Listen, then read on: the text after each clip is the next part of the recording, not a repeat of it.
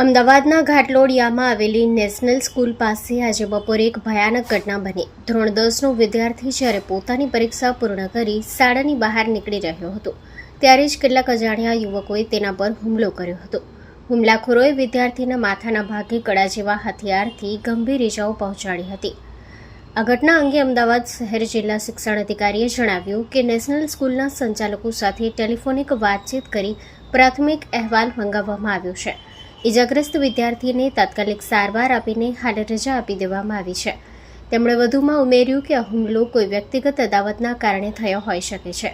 શાળાના સંચાલકો દ્વારા તાત્કાલિક નજીકના પોલીસ સ્ટેશનમાં જાણ કરવામાં આવી હતી। પોલીસે ઘટના સ્થળે પહોંચીને હુમલાખોરો વિરુદ્ધ તપાસ તેજ કરી છે। હાલ વિદ્યાર્થી અને સાક્ષીઓના નિવેદનો નોંધવાની પ્રક્રિયા ચાલી રહી છે। હુમલાખોરો શાળાના વિદ્યાર્થીઓ ન હોવાનું પણ પ્રાથમિક તપાસમાં બહાર આવ્યું છે। શાળાના ગેટ પાસે જ વિદ્યાર્થીઓ સુરક્ષિત નથી તે વાત હવે વાલીઓ માટે ચિંતાનો વિષય બની છે। શું પોલીસ આ ગુંડા તત્વોની જલ્દી જેલના સળિયા પાછળ ધકેલશે? નેશનલ સ્કૂલમાં જે રીતે પ્રાથમિક દ્રષ્ટિએ જે માહિતી મળી કે એક ધોરણ 10ના વિદ્યાર્થીને આજે જ્યારે એની પરીક્ષા પૂરી થઈને બહાર નીકળ્યો ત્યારે કેટલાક યુવકોએ એની ઉપર જે છે હુમલો કર્યો અને એને ઈજા કરી છે।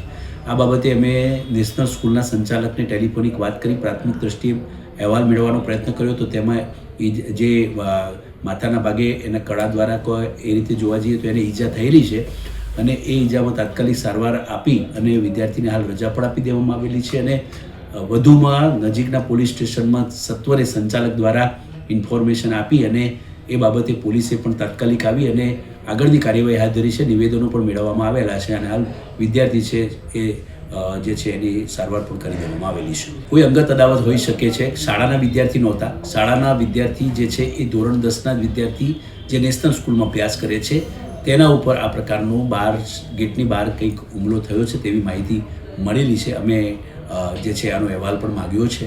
આગળ વધુ સ્પષ્ટ ત્યારે થઈ શકશે જ્યારે વધારે અહેવાલ આવે ત્યારે ખ્યાલ આવશે। બાકી હાલ પૂરતું વિદ્યાર્થી જે છે એને સારવાર આપી અને રજા પણ આપી દેવામાં આવેલી છે।